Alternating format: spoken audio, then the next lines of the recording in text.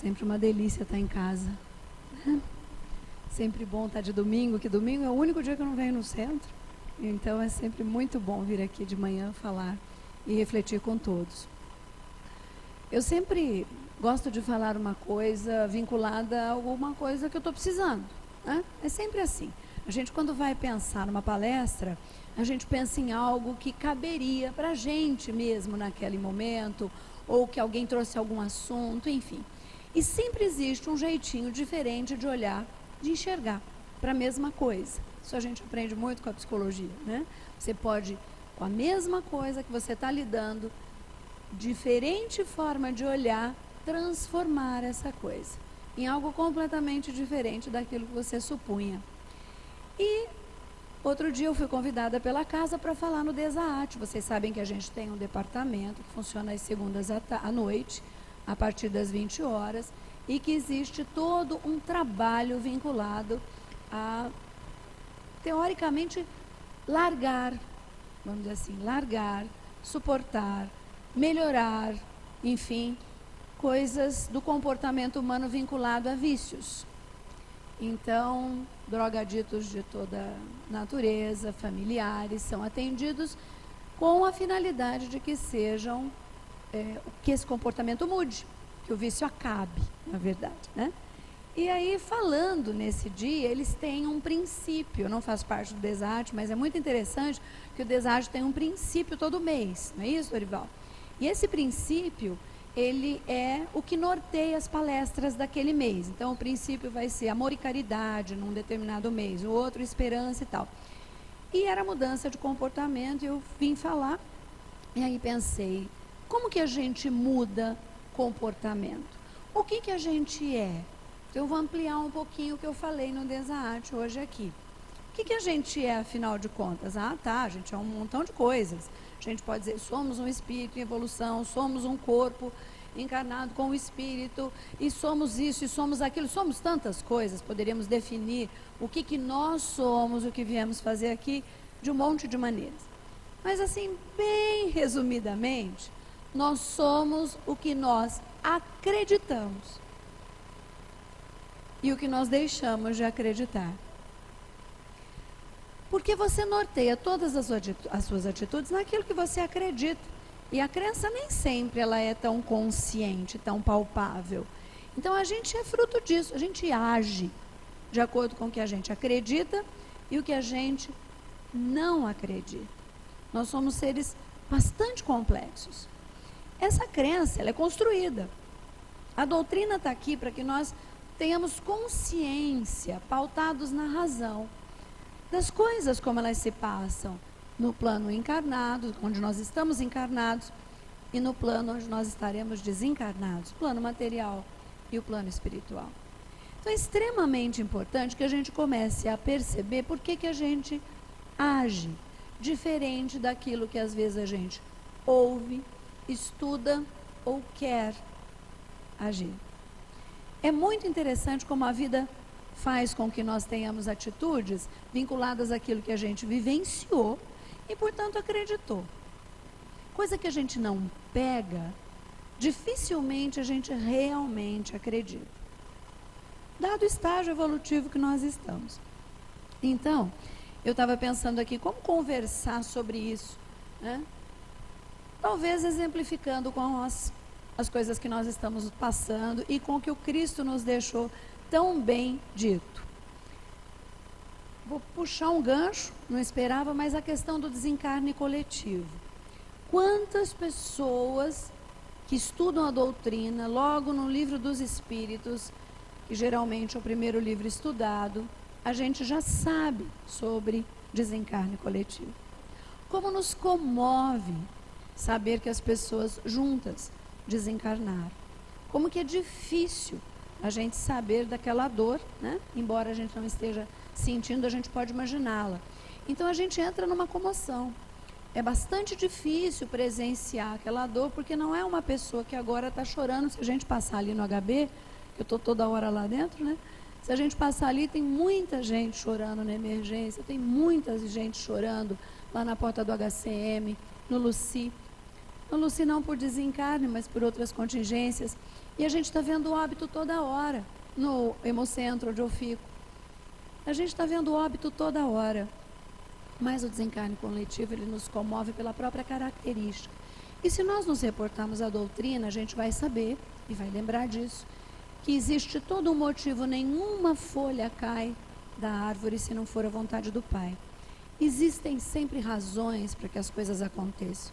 Ai, mas por quê? Por quê? E a gente muitas vezes ouve os espíritas mesmo se questionando, coitados, claro, coitado das famílias, mas nunca, jamais por injustiça divina. Sempre com um propósito que nós não alcançamos nesse nível de compreensão que a gente acha que tem, mas na hora do vamos ver, nós temos a fé daquilo que nós somos e acreditamos ou não, então na hora do vamos ver a gente coloca isso em dúvida e questiona a justiça divina.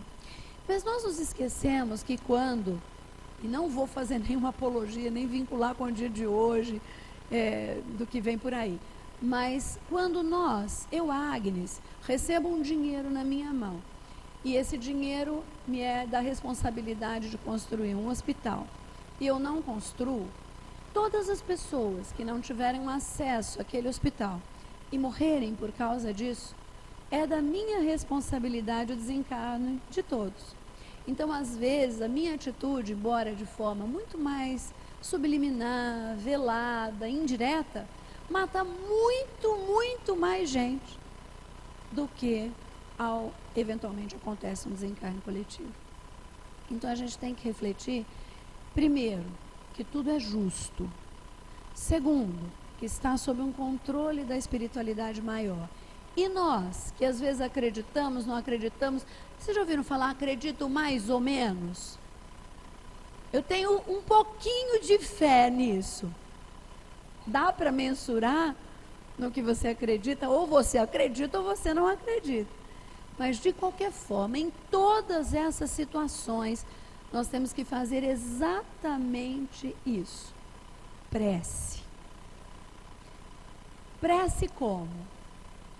No que eu acredito?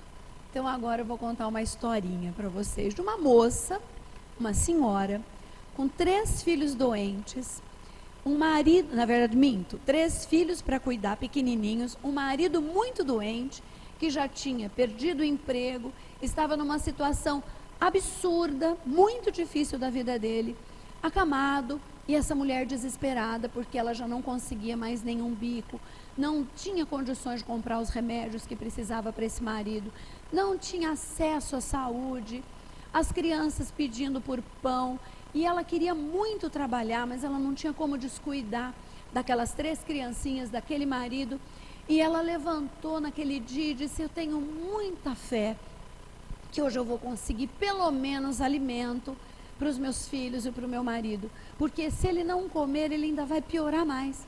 E ela, desesperada, foi até a mercearia. Em uma cidade pequena, o dono da mercearia recebeu e disse, pois não. E ela explicou. Ela disse, olha, a gente está com tanta dificuldade lá em casa, eu estou precisando muito, muito da sua ajuda.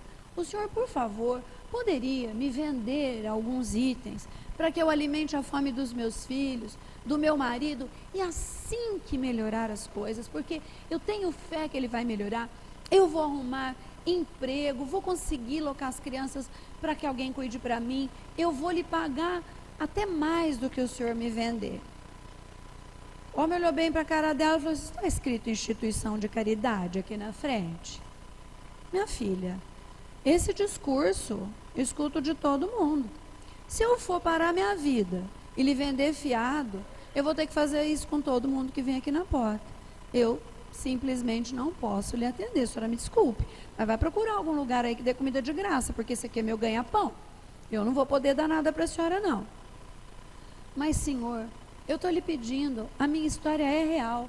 O senhor, por favor, se quiser, me acompanhe, vai ver minha situação, meus filhos estão passando muita fome, os meus vizinhos são todos pobres, é uma migalha ou outra, são 3 bocas, meu marido era empregado, estava tudo bem, agora que a situação está muito, muito difícil, tudo aconteceu de uma vez, eu sou uma pessoa honesta, pode parar de falar, esse discursinho, ó, a gente está acostumado, a senhora vê os bêbados que vêm aqui, as coisas que eles falam, não quero saber, você vai me desculpar, mas sinto muito. Nisso a senhora começou a chorar, bastante chateada, começou a chorar e foi saindo. Tinha um homem na porta da mercearia que escutou o que ela estava falando, o que ela estava pedindo. E ele ficou bastante comovido e disse: escuta, vamos fazer o seguinte, eu pago o que ela está precisando. Então, o senhor não precisa se preocupar. A senhora vai lá, escolhe o que a senhora quer, eu pago. O dono da mercearia, bastante endurecido de coração, ele disse: de jeito nenhum, aí vai virar moda, você vai estar sempre aqui? Ela vai dizer que conseguiu, atrás dela vem 15, meu amigo. Não é assim que as coisas funcionam. Você sai daqui, você vai lá na casa dela, depois se você quiser vir comprar. Mas aí, alguma coisa aconteceu com a cabeça daquele homem, que ele disse: quer saber? Então faz o seguinte, vou te dar esse papel aqui, e essa caneta aqui, e você escreve aí do que você está precisando, tá bom? Vamos ver, o que você está precisando? E a mulher limpou as lágrimas e escreveu rapidinho, dobrou o papelzinho e disse para ele. Aí ele disse: mas, estava precisando de tanta coisa, só isso? E pegou o papel. E ainda para humilhá-la, ele disse: quer saber de uma coisa? Eu vou pôr o seu papel na balança. O quanto ele pesar, você leva de graça de comida, tá bom, minha senhora? A senhora ficou olhando para ele, o homem ainda mais espantado, e ele pôs o papel na balança que ele pesava os mantimentos. A balança simplesmente caiu para o lado do papel. Os dois homens tentavam levantar o prato da balança, não conseguiam. O que é isso? O que está acontecendo? Isso aqui é o quê? O que está acontecendo aqui? O que a senhora fez? O que a senhora aprontou? O que a senhora mexeu? Que pecinha que a senhora mexeu? Tirava o papelzinho da balança, a balança voltava ao normal. Punha o papelzinho na balança, o prato caía para baixo. Ele ficou indignado e abriu o papel. E no papel estava escrito: o Senhor meu Pai sabe do que eu preciso e me proverá. Só isso.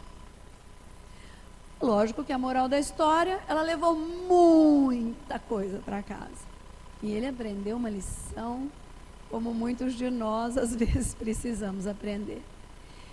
Mas o que isso significa? Por que a gente tem que realmente experimentar uma situação? Eu não sei se vocês chegaram a ver, eu não me lembro o canal, mas eles colocaram pessoas diante de situações de ajuda. Nós espíritas adoramos a caridade, é a mola propulsora da nossa doutrina, é aquilo para a qual nós devemos voltar todas as nossas atenções, porque é fora dela que nós estamos perdidos, e é com ela que nós seremos salvos, não é assim? Fora da caridade não há salvação. Então é interessante que mostraram situações, por exemplo, uma senhorinha com uma sacola muito pesada, a um grupo de pessoas que entraram numa determinada galeria onde estava havendo uma exposição de arte. Muitas pessoas interessadas na exposição entraram e se depararam com essa, como se fosse um teste que eles estavam fazendo com os presentes. Escolheram algumas pessoas casualmente, algumas também se candidataram e mostraram algumas imagens, na verdade filmes.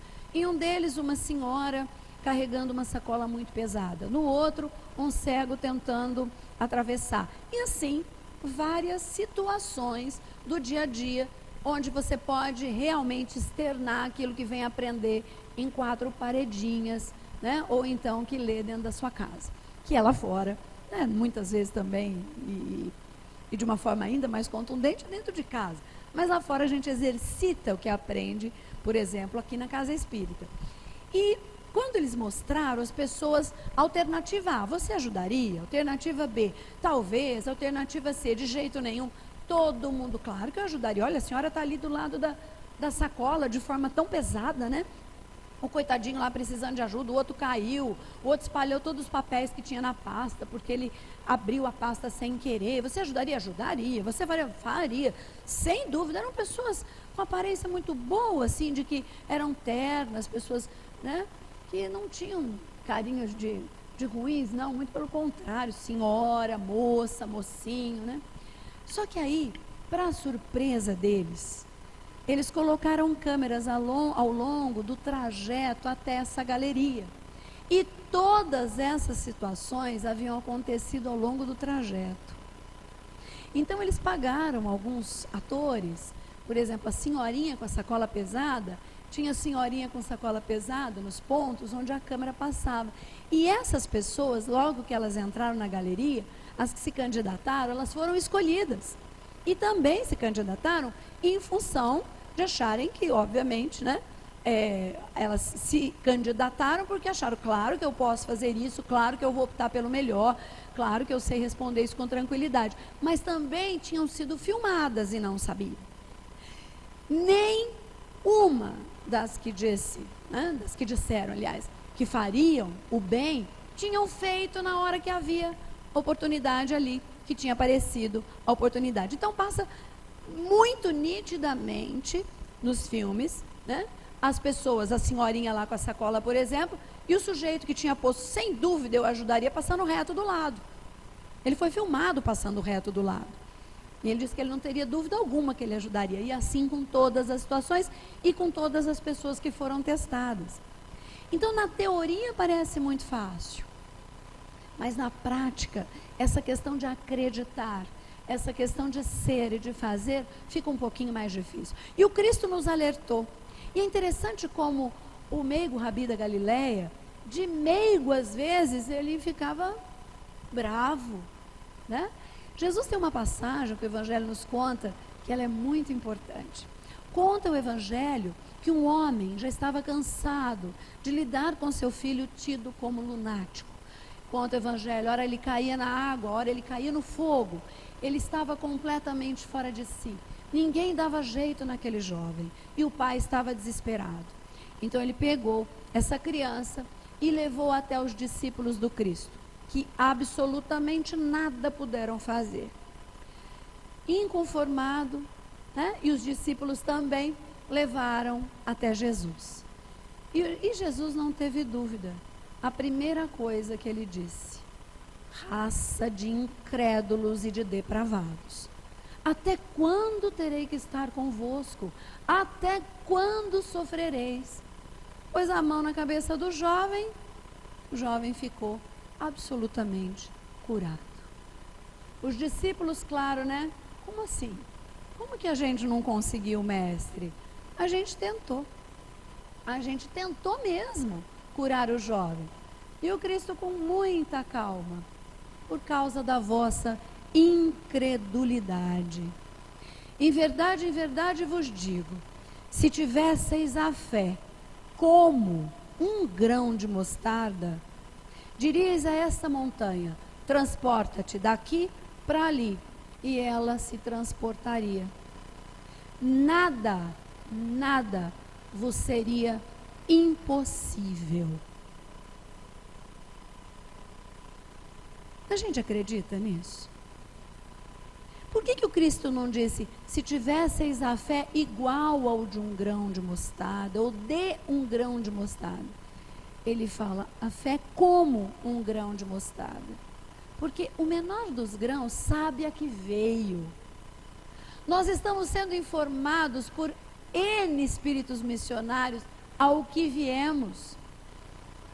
Mas nós não temos consciência. Para que viemos? Para comprar carro novo, casa nova, competir, tirar face com biquinho lá no selfie com biquinho no Facebook, não foi. Para nos projetarmos frente ao outro, para sermos mais do que o outro, certamente não foi. Eu costumo sempre dizer, e disse isso para minha cria, né, para o meu filho, para minha filha: não, você não é melhor do que ninguém, mas nem pior. É igualzinho. Igualzinho.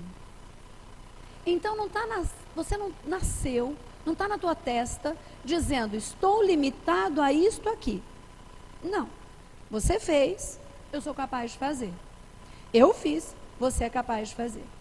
E um amigo meu ontem fez uma coisa que ele se arrependeu, e ele mandou um bilhetinho, na verdade uma mensagem no WhatsApp, dizendo assim: se eu fui capaz de fazer tal coisa e fiz, se eu fui capaz de fazer outra coisa e também fiz, eu sou capaz de fazer essa terceira coisa. Aí, eu dei risada quando eu li, porque eu falei assim, isso está incomodando tanto. Mas olha como é bonitinho. Quando é que a gente resolve acreditar em alguma coisa? Infelizmente, quando ela incomoda. E deveria ser diferente. O que são as montanhas que o Cristo quis dizer? Claro que a gente pode até fazer isso. Mas são justamente as nossas dificuldades, os nossos problemas. Ai, não consigo mais lidar com isso. Não suporto isso. Olha o que me fizeram. Calma, calma, calma, calma. Primeira coisa, se o avião não caiu por acaso, com tantas famílias, gravidezes e coisas envolvidas, te puxaram o tapete por acaso. Você levou prejuízo financeiro por acaso. Tudo por acaso. Ou será que a vida tem as suas estratégias para que, já que você não pode, não consegue compreender pela teoria, às vezes você precisa da prática. Ou seja, você fez ali e aprende aqui que não deveria ter feito. De que jeito? Sentindo. E, infelizmente, a gente acredita assim. A fé cega, ela é diferente. Até porque fé é uma coisa que não se prescreve. Você já viu o médico que quer muito que o paciente sare. E ele sabe que se o paciente se esforçar, se ele acreditar, existe uma chance muito boa. Meu marido sempre diz assim, pós-operatório de quem é muito deprimido, ou deprimido, enfim, é muito mais complicado. Tem essa relação. Por quê? Lógico que tem pessoas que acreditam muito no seu potencial, mesmo estando passando por uma situação difícil e sendo reclamonas, elas acreditam que vão superar. Mas quando a pessoa está extremamente desanimada, não acredita em si, não acredita no outro, não acredita simplesmente que vai dar certo, não dá certo mesmo. Você plasma aquilo que acredita, porque você é e faz de acordo com o que você acredita ou não. Quem aqui assistiu um filme chamado Doutor Estranho? Muito bom aquele filme, apesar de ser estúdio Marvel e tal, ser uma coisa de aventura, muito boa, porque ali estava muito bem colocado como aquele homem acreditava no que ele fazia, mas desde que fosse palpável, desde que viesse dele. Ele não acreditava em alguma coisa que fosse superior a ele, porque ele era o máximo. E ele realmente, ele fazia e acontecia com seu próprio potencial dentro daquilo que ele acreditava, porque tinha estudado, porque era palpável, e ele sabia que era possível. Então, para ele não era impossível fazer nada, desde que fosse palpável. Até ele se conscientizar que nem tudo, e até o que dirigia, os seus próprios recursos mentais e materiais, era superior a ele. E não era palpável. E aí começa toda uma saga para acreditar em si, no outro e em algo superior, mas de uma forma agora muito diferente, né? E essa questão de acreditar não pode depender de contingência. Claro que eu acredito em Deus. Lá em casa está tudo bem, está todo mundo saudável, está todo mundo lindo, está todo mundo empregado. A coisa começa a acontecer, as pessoas ficam desesperadas. E é interessante como as pessoas atribuem às outras. Se eu atribuir inicialmente a Deus, que Ele está me punindo de alguma forma, eu já sei que existe um sentimentozinho, pelo menos quando eu tenho uma base religiosa, de que eu estou falhando com Deus, não acreditando nele. Então eu ponho a culpa no outro. Então é mais fácil dizer que eu estou sob mandinga, né? Que eu estou sob a influência negativa do outro. E a gente sempre segue assim, responsabilizando a nossa pouca fé, o outro, responsabilizando-o pelas nossas desditas todas. E tem uma historinha de um rapazinho que adorava futebol americano. Ele era absolutamente vidrado nesse jogo. Quem é que já viu os meninos que jogam futebol americano? Eles são imensos. Eles são fortes, são grandões, né? Porque o jogo é bruto. O jogo é muito bruto. Eles têm que dar uns encontrões, muitas vezes muito caprichados, de machucar para valer, né? E esse menino gostava demais, ele, enfim, se identificava com o estilo do jogo, com o jogo, e ele pedia muito para jogar. Mas ele era assim, fininho, franzidinho, não muito alto. Por mais que ele se esforçasse na academia, Não era o biotipo dele, ele era menor. E ele queria muito, mas muito jogar. E por essa tenacidade, essa insistência, essa vontade e essa crença de que ele jogava bem, os técnicos ficavam com dó e colocavam ele para treinar com a meninada, não para jogar, mas os exercícios, para calcular as estratégias. E quando chegava assim perto de, agora vou ter que colocar ele para jogar, davam alguma desculpa que iam ter que completar o time de outro jeito, ele ia para outro time e começava tudo de novo. E ninguém acreditava nele que ele pudesse jogar futebol americano. Ele tinha um pai que o incentivava muito, muito, muito, muito. E esse pai, ele queria que o desejo do filho fosse satisfeito. E dizia assim, olha, fique calmo, vai aparecer alguém que vai te dar essa chance. Você vai jogar. Mas pai, eles não entendem que eu sou capaz de jogar muito bem. Eu tenho certeza disso. Eu acredito nisso. O pai, eu sei, meu bem, mas vai dar tudo certo, alguém vai te dar essa chance. Mas ninguém ficava com coragem de ficar pedindo para o técnico. Ninguém queria isso, ele queria mostrar o seu potencial. O tempo se passou, esse menino saiu da escola do ensino médio, enfim, e foi para a universidade. Na universidade a mesma coisa. Pedia para entrar nos times de futebol, o técnico olhava bem para ele, nesse time não. Aqui você não vai entrar não, filho, você não vai somar nada. Muito bem, pedia para outro, até que ele entrou num time, o treinador gostava muito das ideias dele, ele estava mais como uma espécie de auxiliar técnico do que propriamente um jogador de banco. Mas banco era mais o que ele entendia. Até que, num determinado momento, durante o seu curso universitário, o seu time estava indo bem.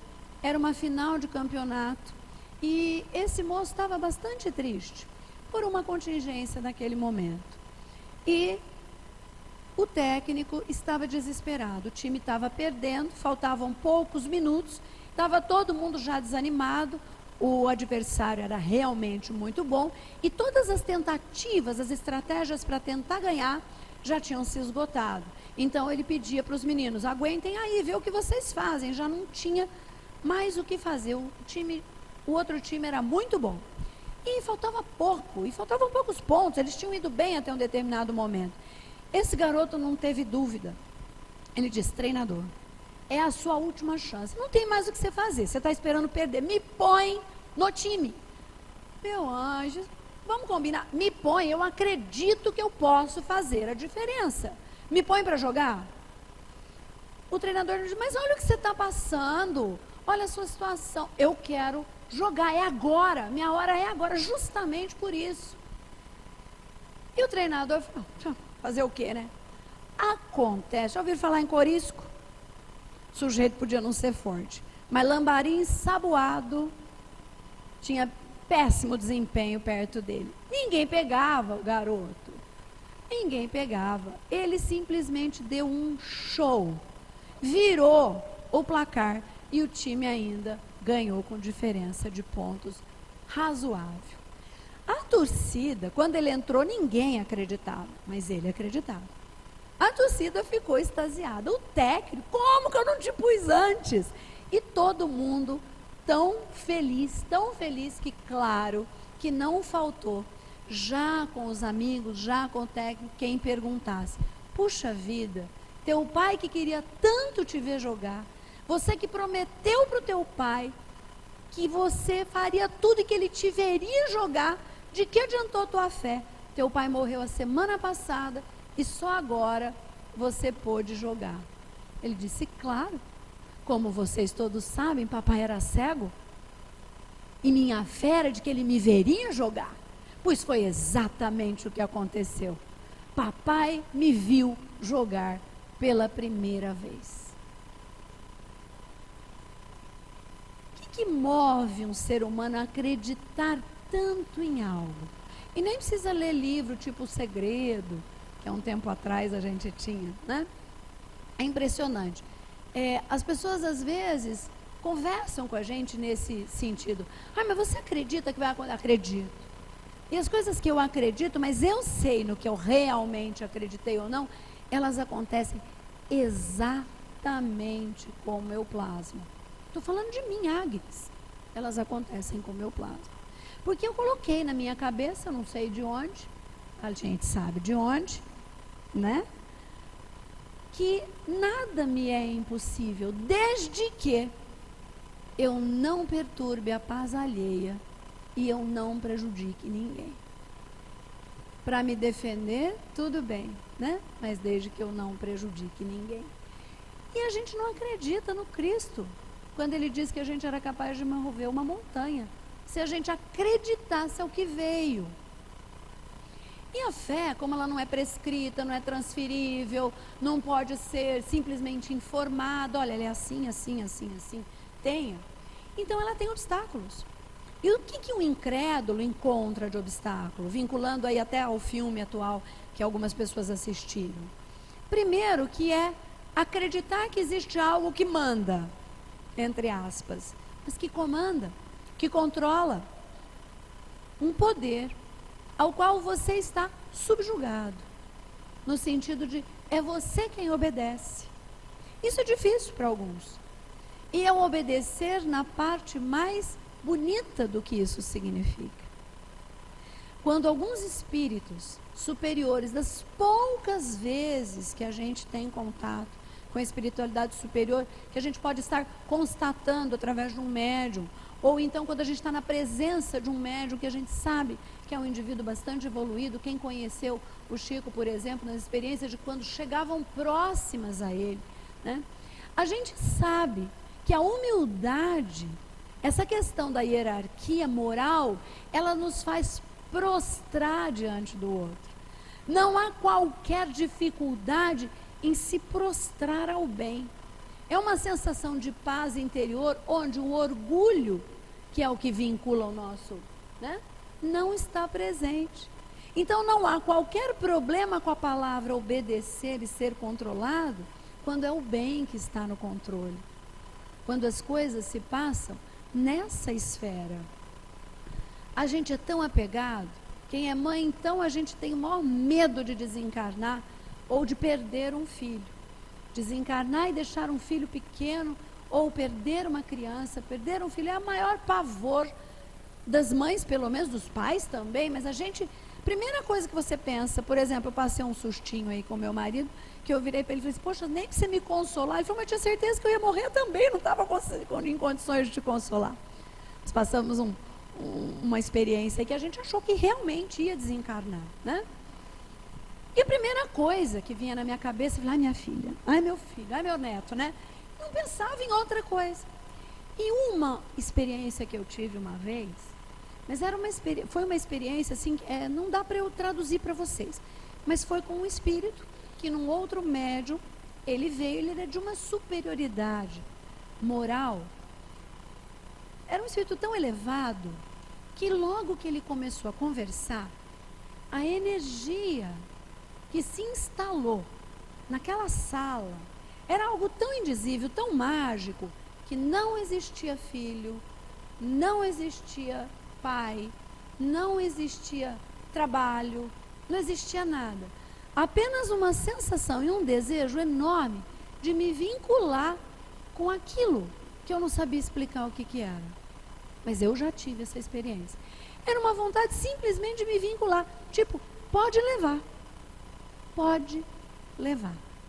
Então, quando a gente fica muito preocupado com o desencarne de alguém, e se a gente sabe que essa pessoa é boa, que essa pessoa é razoavelmente boa, fazia mal para ninguém pelo menos, mas cumpria com seus deveres, suas obrigações, dizem os espíritos que a felicidade mora no dever cumprido, e não lá na superficialidade que a gente está acostumado, né? Então, essas pessoas certamente são envolvidas nestas energias, que se alimentam de energias positivas que nós também, através da prece, podemos encaminhar. Então, a melhor forma que a gente atua quando estamos diante de um desencarne é acreditar que somos capazes de transportar as nossas energias de pensamentos positivos, produzidas por esses pensamentos positivos, de querer bem para o outro, e que o outro, ao ser envolvido, não está mais preocupado com uma série de coisas do terra a terra. Até porque, se for bom mesmo, vai ser esclarecido, consolado, amparado por entidades superiores. Jesus não disse à toa, deixar que os mortos enterrem os mortos, não é? Mas a gente tem a dificuldade também de sair da nossa zona de conforto. Acreditar em alguma coisa por acreditar, porque a Agnes, ou quem mais já subiu aqui em tantas outras oportunidades, já falou, fica vago. É aquela história do pegar, a história do sentir em si. Então fica meio que difícil. Eu não consigo estudar no centro. Quarta-feira, não dá, eu chego cansada. Como que eu vou estudar? E também, se eu tenho que pegar alguma coisa para ler, eu prefiro assistir uma série na TV que me distrai do que pegar o livro dos Espíritos para me informar. E a vida, ela vem, mas às vezes ela tem um buraquinho ali na frente, né? Às vezes ela dá uma puxadinha. Então a vida, ela está soltando a cordinha, mas para que a gente vá motivado por coisas boas, aprendendo por si só. Tem aquela expressão, quando não vai pelo amor, né? Que pena.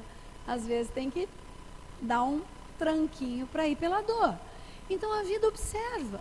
Não tem como. As coisas, elas acontecem e elas voltam para a gente. Porque a gente projeta as nossas atitudes quando realizamos com o outro.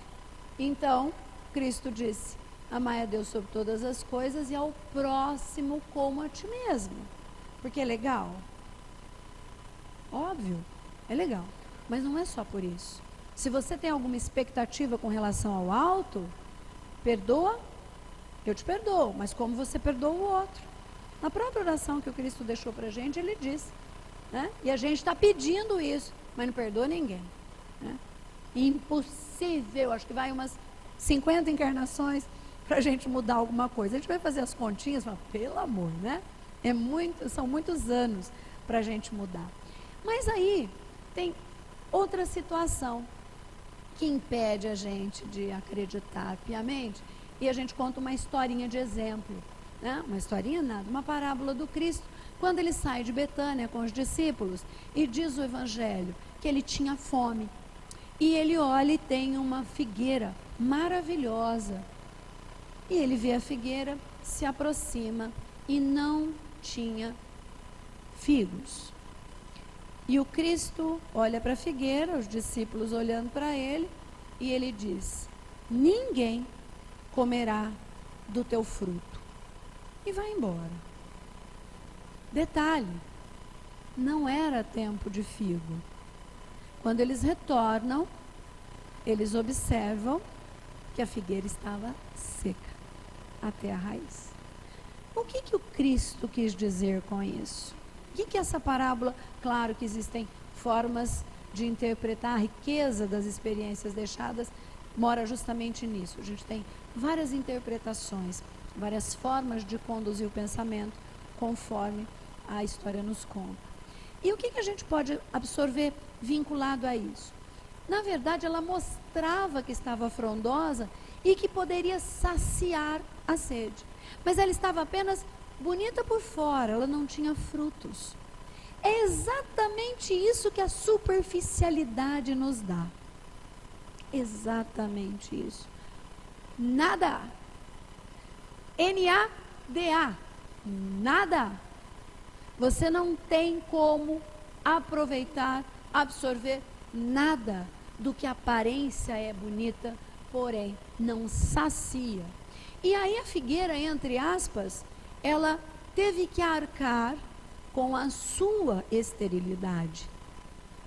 Porque a sua superficialidade em não fazer algo de útil, mas isso simbolicamente, claro que você terá a oportunidade de descobrir a essência, mas ele quis mostrar que ao que ela veio, ela não fez. Mas não era tempo de figo. Cada um a seu tempo. E se não for pelo amor, se chegou o tempo, a vida dá um jeitinho. Então lá eu matei, eventualmente eu posso experimentar um desencarne no ente querido, para dizer, olha, como dói. Como dói. Não faça de novo, porque dói. Lá eu traí, aqui eu sou traído. Olha, dói. Não tá bom isso. Então não faça, porque se você fizer, vai vir de volta. Eu esnobei, eu humilhei, eu transgredi, eu infligi, vai sobrar para mim. E aí, como a gente é malandro de natureza, né? Entre aspas, como diz André Luiz, todas as minhas palestras eu recito esse versinho, não receito, porque eu acho muito bonitinho, que o André Luiz fala, se o malandro soubesse quanto é bom, ia ser bom só de malandragem. E aí, legislando em causa própria, a gente vai lá e começa a pensar de um outro jeito, a acreditar de uma outra maneira. Aí, o que eu separei aqui para a gente conversar um pouquinho mais, além da figueira seca? Na 911, de O Livro dos Espíritos, Kardec pergunta aos espíritos, mas há situações tão fortes ou irresistíveis que vontade, esforços sejam incompetentes? Então você acredita, você quer, você tem a força de vontade, mas não vai acontecer? Primeiro, tiraram a lousa, mas tudo bem. Vamos pensar na primeira palavrinha dessa pergunta. Mas, isso e aquilo. Eu já dei uma palestra, falei aqui outro dia sobre isso, sobre mas não mas, vírgula. M.A.S. Abreviação. Quando você diz assim, eu queria tanto andar hoje, mas está um tempo esquisito. Queria tanto ir no centro, mas eu estou tão cansado. Eu queria colaborar com alguma, mas está tão difícil. Eu queria mudar, mas é difícil. Eu queria largar, mas... Esse mas, o meu mas da minha palestra, no caso da palestra, ele tinha 3 abreviações, porque mas significa meu atraso para o sucesso.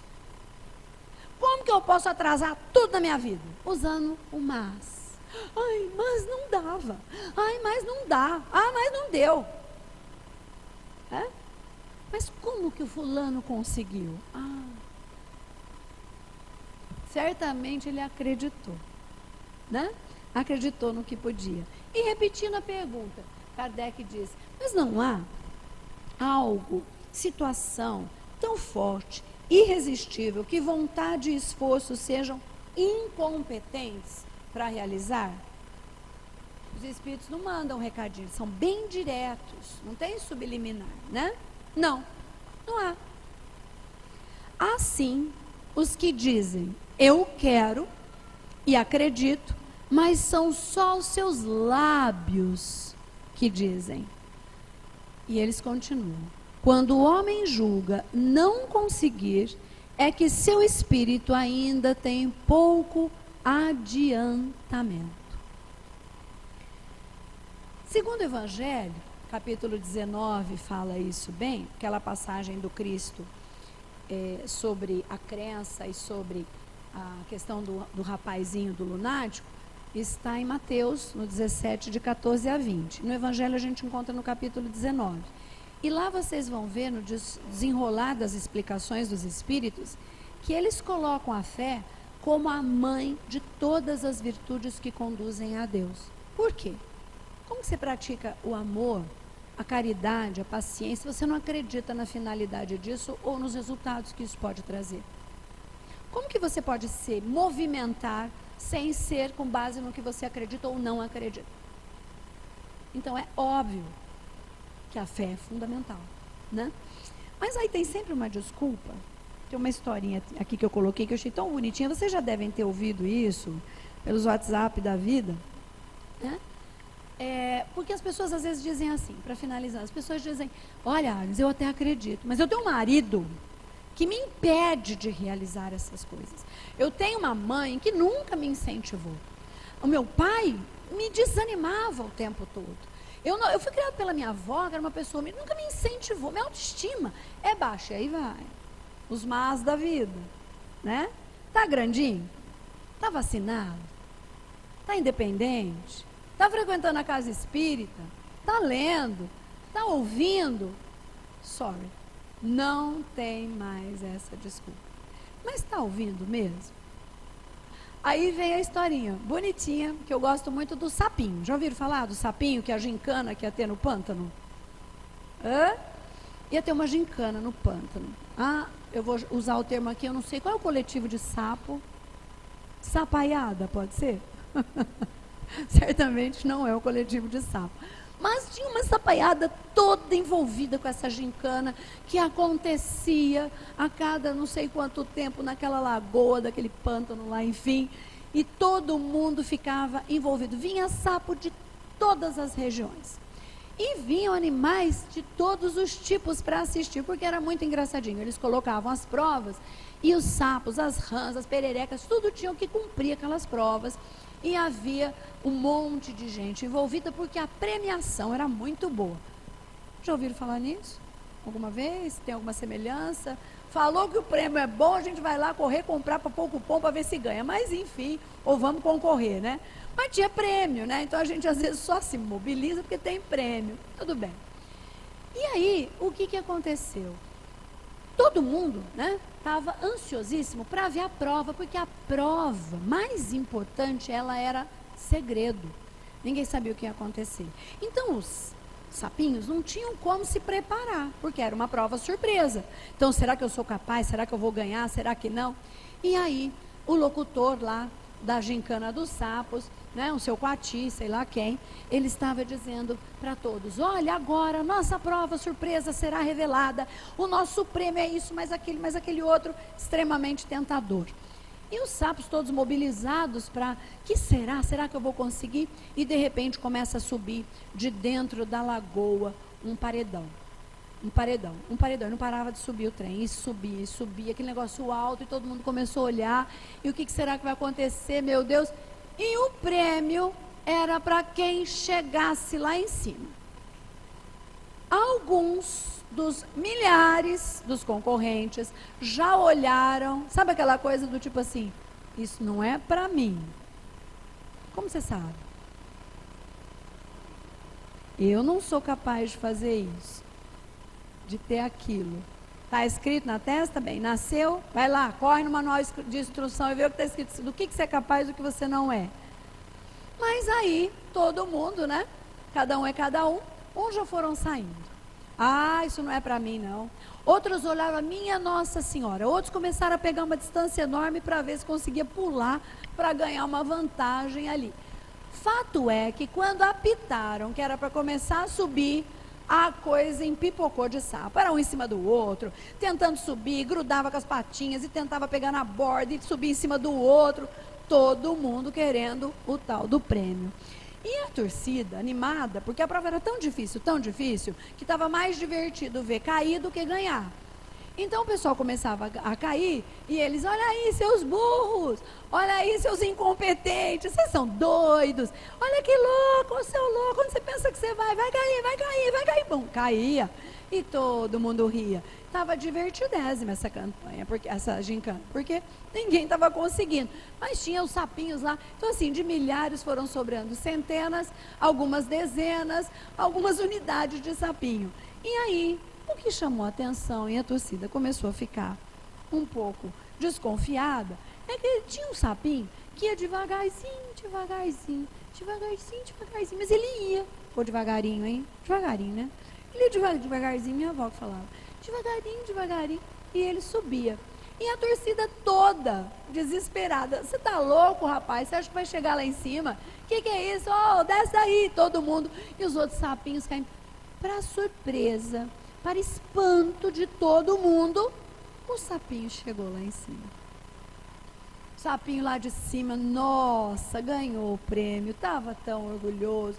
Aí ele tinha que descer, aí ajudaram, lançaram umas cordas, o sapinho desceu, todo mundo, meu Deus, como ele conseguiu? O sapinho só ria.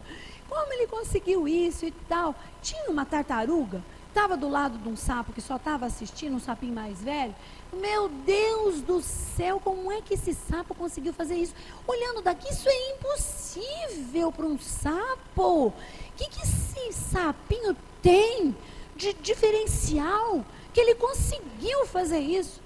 O sapinho lá, mais velho, olhou bem. Senhor, dá licença que eu sou primo dele. Ai, você é primo dele? É. Sabe, seu tartaruga, é que o meu primo é surdo.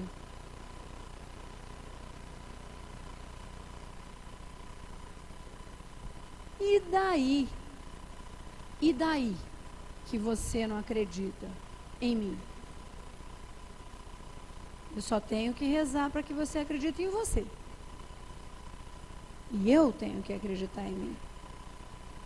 Porque alguém disse: vós sois deuses, e como deuses podeis fazer tudo o que eu faço, e muito mais. Um bom dia.